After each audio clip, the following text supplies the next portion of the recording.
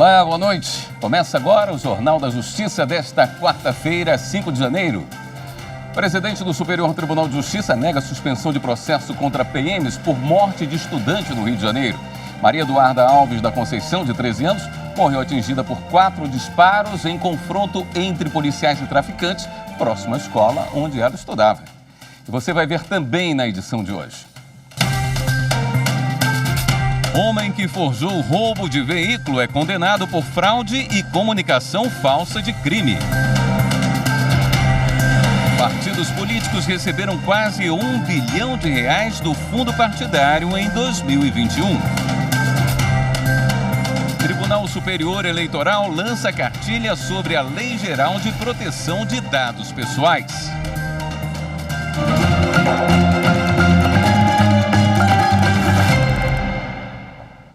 O presidente do Superior Tribunal de Justiça, ministro Humberto Martins, negou o pedido para suspender o andamento do processo de 2 PMs denunciados pela morte de uma estudante no Rio de Janeiro. Maria Eduarda Alves da Conceição tinha 13 anos e morreu em março de 2017, durante um confronto entre 2 PMs e traficantes perto desta escola municipal onde ela estudava, em Acari, zona norte do Rio de Janeiro. A estudante fazia aula de educação física na quadra de esportes da escola quando foi atingida por 4 disparos. Na Justiça, a defesa alega ilicitude do laudo de exame de confronto balístico por suposta quebra na cadeia de custódia da prova. Em primeira instância, o pedido foi indeferido e no Tribunal de Justiça do Estado, o entendimento foi de que o habeas corpus não é via adequada para a discussão da controvérsia. Aqui no STJ, a defesa dos PMs reiterou novamente os questionamentos contra a decisão de primeiro grau. No pedido liminar, o argumento apresentado foi de que a conclusão do laudo pericial se deu com base em prova distinta da encontrada no corpo da estudante, logo em flagrante quebra da cadeia de custódia, o que ensejaria nulidade absoluta. Ao analisar o pedido, o ministro Humberto Martins não constatou ilegalidade flagrante no caso que justificasse o deferimento da medida de urgência no plantão judiciário. Além disso, como o pedido se confunde com o mérito do recurso, o ministro entendeu que se deve reservar à 6ª turma do STJ a análise mais aprofundada da matéria por ocasião do julgamento definitivo. E a primeira turma do STJ decidiu que ações por crimes contra a vida justificam o impedimento de participação de vigilante em curso de reciclagem. O colegiado reformou o acórdão do Tribunal Regional Federal da 5ª Região, que havia garantido a um vigilante o direito de participar de um curso de reciclagem profissional. O homem responde a 2 processos por crimes dolosos contra a vida e crime de violência doméstica contra a mulher. A participação no curso de reciclagem foi negada pela Polícia Federal em razão da existência dos processos criminais. Por isso, o vigilante ajuizou a ação ordinária contra a União, a qual foi julgada improcedente em primeira instância.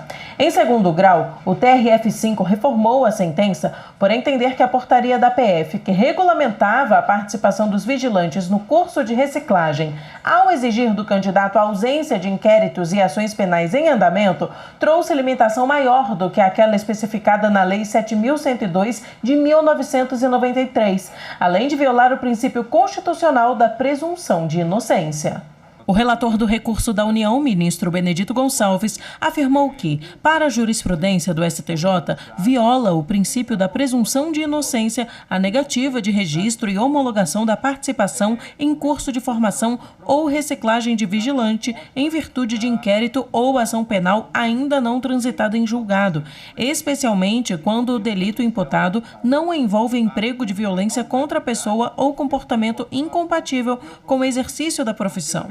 Entretanto, no caso dos autos, o magistrado destacou que a PF indeferiu o pedido do vigilante em razão da gravidade dos delitos. Os ministros da primeira turma acompanharam o relator e deram provimento ao recurso especial. O Tribunal de Justiça de São Paulo manteve a condenação de um homem que fraudou o roubo do próprio carro para receber o seguro. O homem montou um esquema para tentar dar o golpe. Ele se hospedou no hotel de Presidente Prudente, em São Paulo. No dia seguinte, registrou um boletim de ocorrência na polícia, dizendo que sua caminhonete estacionada na rua, perto do hotel, tinha sido roubada. Depois disso, comunicou o roubo à seguradora e recebeu quase R$ 76 mil de indenização. Mas a Polícia Civil descobriu que no dia do suposto roubo, a caminhonete passou por várias praças de pedágio em direção a Mato Grosso do Sul, antes do dono dar entrada no hotel. Segundo o relator do caso no Tribunal de Justiça de São Paulo, o desembargador Fred Costa, ficou claro que o réu já chegou no hotel sem o carro. O homem foi condenado a quase 1 ano e meio de prisão em regime semiaberto.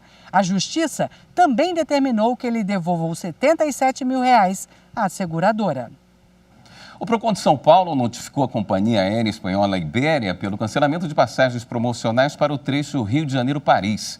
Os bilhetes custaram pouco mais de R$600.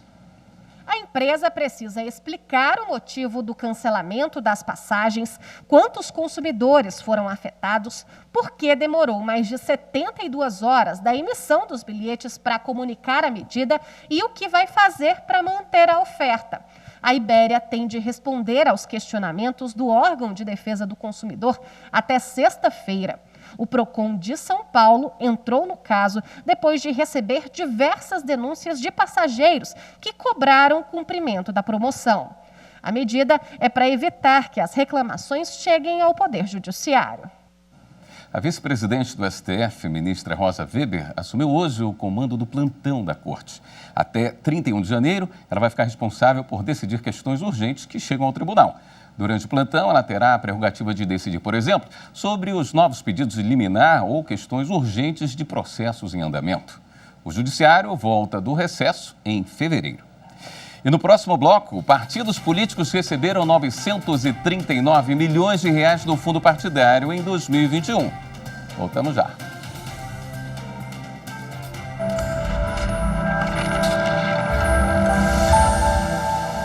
A Carta de 1988, ela vem de um período tenebroso da história, no pós-ditadura civil-militar de 1964 a 1985, e quis se superar esse passado de atraso do ponto de vista do gozo dos direitos civis pelos cidadãos brasileiros.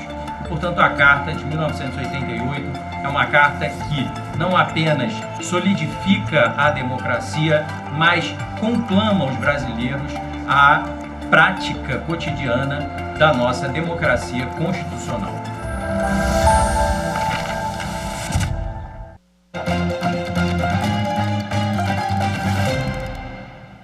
O Tribunal Superior Eleitoral divulgou o total de recursos que as legendas receberam do fundo partidário em 2021. Os partidos foram atendidos com mais de 939 milhões de reais no ano passado. Desse montante, 872 milhões de reais correspondem a recursos do orçamento da União. O valor foi repassado em parcelas mensais. O cálculo foi feito a partir das cadeiras que cada legenda conquistou na Câmara dos Deputados nas últimas eleições gerais. Entre os partidos que mais receberam estão o PSL, seguido do PT e, em terceiro, o PSDB. Outras fontes do fundo partidário são recursos de multas e sanções determinadas pela Justiça Eleitoral. Em 2021, passaram de 66 milhões de reais. O dinheiro do fundo deve ser usado na manutenção das legendas, em despesas como compra ou aluguel de sedes, pagamento de pessoal, serviços, entre outros gastos. Todo ano, os partidos são obrigados a prestar contas.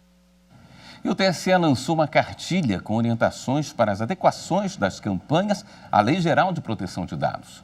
As recomendações do manual buscam prevenir abusos e violações da privacidade dos eleitores. A cartilha foi feita em parceria com a Autoridade Nacional de Proteção de Dados e leva em conta que os brasileiros têm grande adesão às redes sociais. Ela apresenta os principais aspectos que candidatos, partidos, coligações e federações devem levar em conta para assegurar a privacidade e a proteção de dados pessoais sem comprometer o diálogo com o eleitor e a integridade do processo eleitoral. O material traz uma série de exemplos práticos de situações em que podem ocorrer a violação de dados pessoais. É o caso das propagandas eleitorais enviadas por aplicativos de mensagens instantâneas.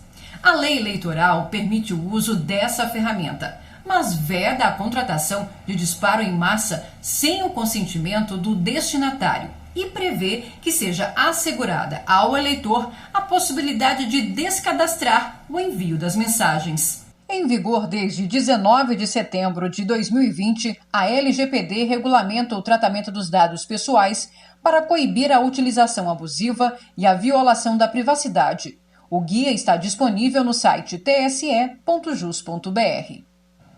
O Brasil deu mais um passo no combate ao crime cibernético. O Senado aprovou a adesão do país à Convenção de Budapeste, que facilita a cooperação internacional para investigar crimes praticados na internet.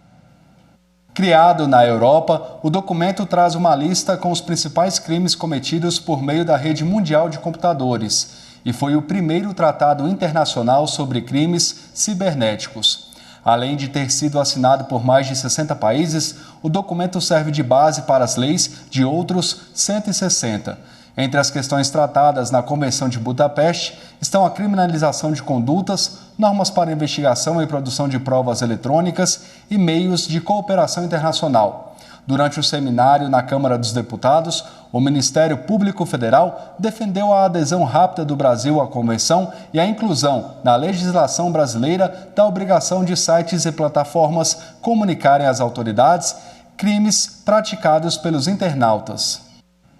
E a seguir, na retrospectiva do Superior Tribunal de Justiça, o julgamento que discutiu a possibilidade de penhora do auxílio emergencial pago durante a pandemia. Em instantes.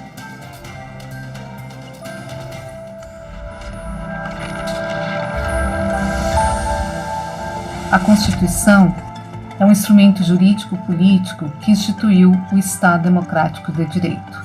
Garantir sua plena aplicação é o caminho para um Brasil justo e solidário.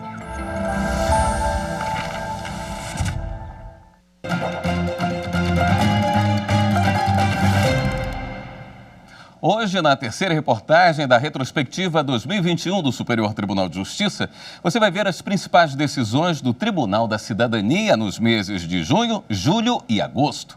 Entre elas, a do julgamento, que discutiu a possibilidade de penhora do auxílio emergencial pago durante a pandemia.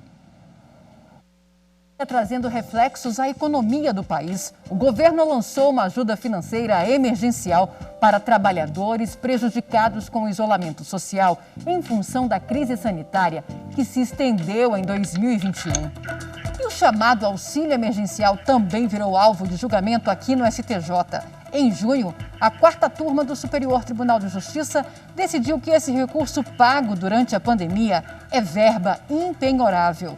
Os ministros da 4ª turma do STJ julgaram que o auxílio emergencial pago pelo governo federal durante a pandemia da Covid-19 para proteção emergencial das pessoas que perderam ou tiveram a renda diminuída durante a crise sanitária tem natureza de verba impenhorável, equiparando-se às verbas salariais, nos termos do artigo 833 do Código de Processo Civil de 2015. Dessa forma, a turma negou o provimento ao recurso especial do credor e manteve acórdão do Tribunal de Justiça do Distrito Federal e dos Territórios, que levantou um bloqueio realizado no campo de execução de dívida não alimentar, sob o entendimento de que a verba bloqueada era proveniente do auxílio emergencial, portanto, não poderia ser penhorada para o pagamento da dívida. O relator do caso na 4ª turma, ministro Luiz Felipe Salomão, lembrou que, apesar da penhora recair sobre o conjunto de bens do devedor, o artigo 832 do Código de Processo Civil de 2015 fixou que não estão sujeitos à execução os bens considerados impenhoráveis ou inalienáveis. No processo, considerando que a verba tem origem no auxílio emergencial, que a dívida tem caráter não alimentar e que os valores são pequenos, o magistrado entendeu que a penhora deve ser impedida. Em julho, destaque para um julgamento da 5ª turma do STJ, que decidiu que indícios de crime permanente legitimam a entrada da polícia em imóvel sem ordem judicial. Os ministros da 5ª turma do STJ consideraram que, havendo elementos suficientes da prática de crime permanente, foi legítima a entrada de policiais em imóvel particular sem mandado judicial, mas com autorização de parente hospedado no local. A decisão, unânime, negou o provimento ao recurso ordinário em habeas corpus e manteve acórdão do Tribunal de Justiça do Paraná, que indeferiu o trancamento de ação penal contra mãe e filho suspeitos de tráfico de entorpecentes. A investigação começou depois de uma denúncia anônima sobre plantio de maconha em propriedade rural em São José dos Pinhais, no Paraná. A revista foi autorizada por uma hóspede que estava na casa e se identificou como nora da dona da chácara. No local, os policiais encontraram 155 pés de maconha, sementes e utensílios utilizados na estufa onde era feito o cultivo da planta. A defesa apresentou recurso ordinário ao STJ, onde o relator, ministro Reinaldo Soares da Fonseca, afirmou que mesmo a autorização tendo sido dada por pessoa não residente no imóvel, essa situação não é capaz, por si só, de tornar ilícita a ação policial. O ministro explicou também que o tráfico de drogas é crime permanente e está em flagrante quem o pratica em sua residência. Para o relator, a entrada dos policiais foi legítima para fazer cessar com a prática do delito, independentemente do mandado judicial, desde que existam elementos suficientes de probabilidade delitiva. Mês a mês, os julgados do STJ fizeram história na preservação dos direitos. Em agosto, a terceira turma do STJ entendeu que é abusiva a inclusão de novos serviços no plano de celular sem o consentimento do consumidor. O colegiado acolheu parcialmente o recurso de uma consumidora e reconheceu como abusiva a alteração de plano de telefonia móvel sem o consentimento da contratante, aplicando ao caso o prazo de prescrição de 10 anos. Na ação, a consumidora requereu a devolução em dobro do valor pago indevidamente e a condenação da operadora em danos morais por ter sido transferida para um plano que, sem ela pedir, adicionou o fornecimento de aplicativos e serviços de terceiros, inclusive jogos eletrônicos, que aumentaram o valor da conta. O Tribunal de Justiça do Rio Grande do Sul decidiu, entre outras coisas, que deveria ser aplicado ao caso a prescrição trienal relativa ao enriquecimento sem causa previsto no Código Civil. Com isso, o pedido foi considerado prescrito em relação às faturas pagas anteriormente aos 3 anos que antecederam o início do processo.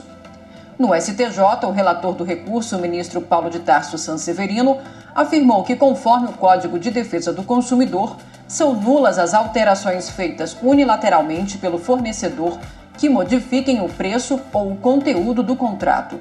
O ministro também indicou que a jurisprudência do STJ, da mesma forma, considera nula qualquer alteração unilateral realizada em contrato de plano de saúde e de financiamento bancário. Por unanimidade, os ministros entenderam que agregar unilateralmente serviços ao plano original modifica seu conteúdo e viola o Código de Defesa do Consumidor.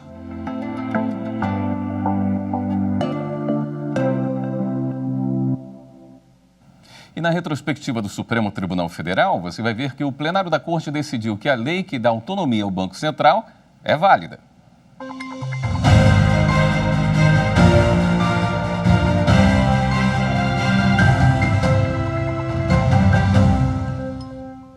A lei que garante autonomia ao Banco Central foi sancionada em fevereiro pelo presidente Jair Bolsonaro.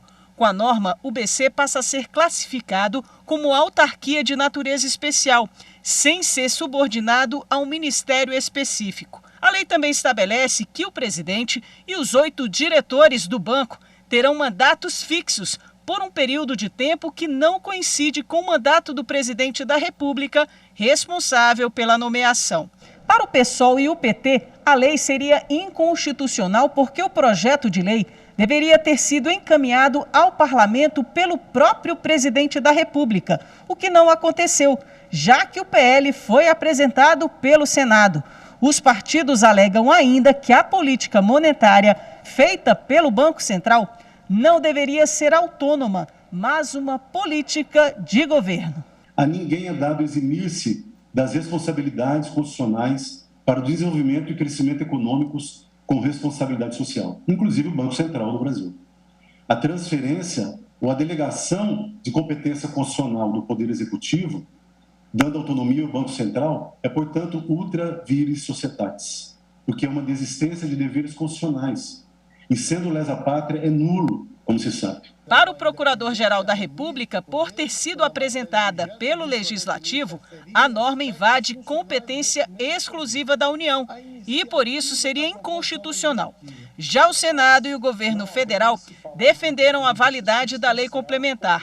A Advocacia Geral da União argumentou também que a autonomia daria mais credibilidade ao país, principalmente no mercado internacional. A autonomia do Banco Central traz ganhos significativos para a credibilidade internacional das instituições nacionais, já que a comunidade internacional reconhece como um aperfeiçoamento institucional significativo do país, o que repercute, inclusive, na redução de custos associados ao combate à inflação. O relator do caso, o ministro Ricardo Lewandowski, votou pela derrubada da lei, por entender que o projeto de lei deveria ter sido feito pelo Poder Executivo e não pelo Legislativo. Aqui não se está debatendo exatamente se a autonomia do Banco Central, como acabei de dizer, é benfazeja ou deletéria para o destino da economia do país, nem se a decisão congressual nesse sentido foi ou não adequada.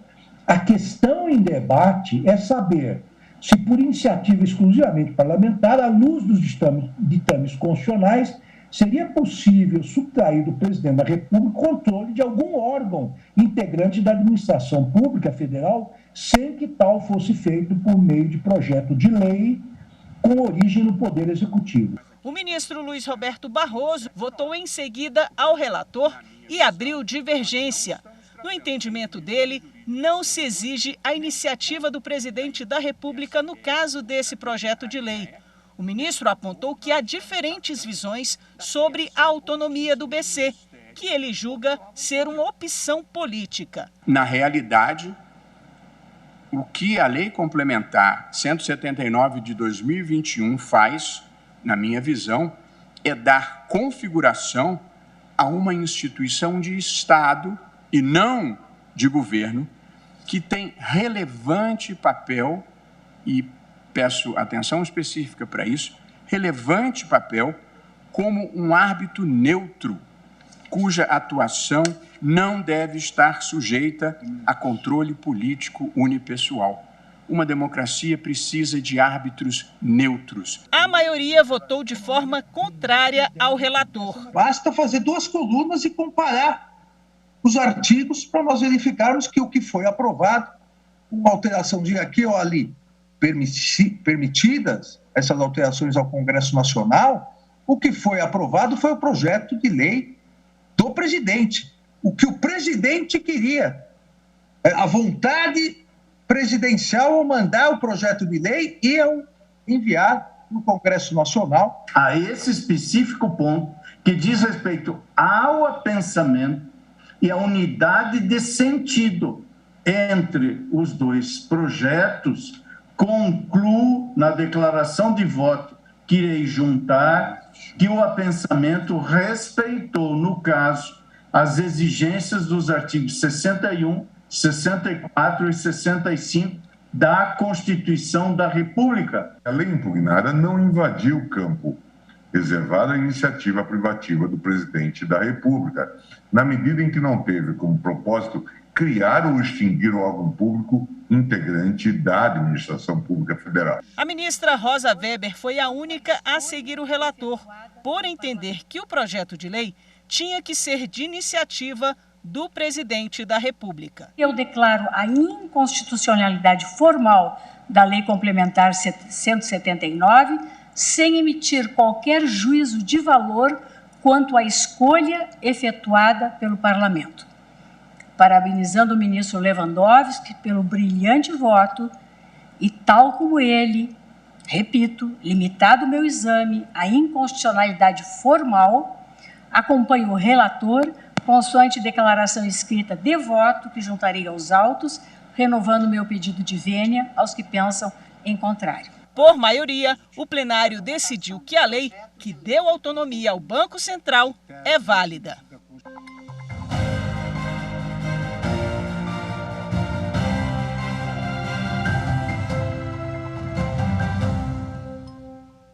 O Jornal da Justiça fica por aqui. Uma boa noite para você. Até amanhã.